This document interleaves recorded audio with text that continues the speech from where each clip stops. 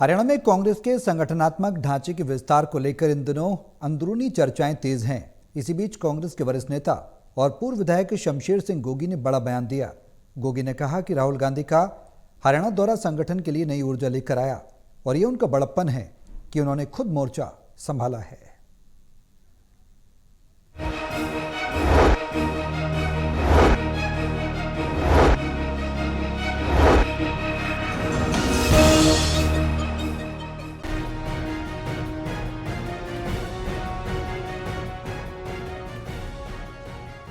हरियाणा कांग्रेस संगठन विस्तार को लेकर राहुल गांधी ने खुद मोर्चा संभाल लिया है। कांग्रेस के सीनियर नेता और पूर्व विधायक शमशेर सिंह गोगी ने राहुल गांधी के इस कदम को बड़प्पन बताया। शमशेर सिंह गोगी ने कहा कि राहुल गांधी का हरियाणा आना ये दर्शाता है कि वे संगठन को लेकर कितने गंभीर है। उन्होंने कहा कि हम जैसे नेता कांग्रेस को मैं समझ बैठे थे, लेकिन राहुल गांधी ने स्पष्ट कर दिया मैं नहीं, कांग्रेस ही असली विचारधारा है। राहुल ने ये भी जानना चाहा कहीं कोई नेता संगठन विस्तार में दखलंदाजी तो नहीं कर रहा, और गोगी के अनुसार सिरसा जैसे जिलों में ऐसा कोई हस्तक्षेप नहीं हुआ।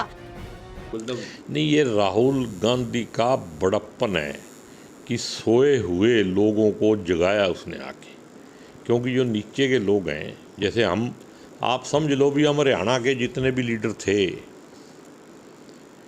वो सब सोए हुए थे। वो कांग्रेस को कांग्रेस नहीं समझ रहे थे, मैं को कांग्रेस समझ रहे थे। तो राहुल गांधी ने उनको कहा कि कांग्रेस मैं हूँ, दिल्ली है कांग्रेस। अब उन सब को याद करा दिया।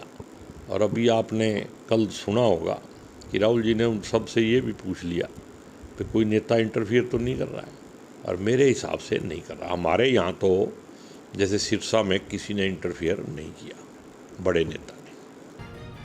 गोगी ने कार्यकर्ताओं की नाराजगी और नारेबाजी को भावात्मक बताया। उन्होंने कहा कई बार कार्यकर्ता भावनाओं में बहकर तेज हो जाते हैं, लेकिन ये लड़ाई झगड़ा नहीं है।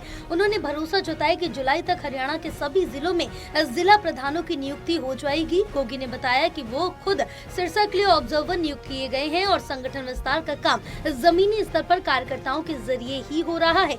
सिरसा में कांग्रेस की लड़ाई बीजेपी से नहीं बल्कि चौधरी देवीलाल के परिवार से है, ये कहना है गोगी का। उन्होंने आरोप लगाया कि ये परिवार बार बार कांग्रेस में घुसपैठ करने की कोशिश करता। अगर कांग्रेस को सच्चे संगठन के रूप में मजबूत करना है तो ऐसी सच्चाइयों को स्वीकार करना होगा। इनेलो प्रदेश अध्यक्ष रामपाल माजरा के उस बयान पर कि कांग्रेस के कुछ नेता बीजेपी के इशारों पर काम करते हैं, गोगी ने कहा कि ये सब पुरानी बात है।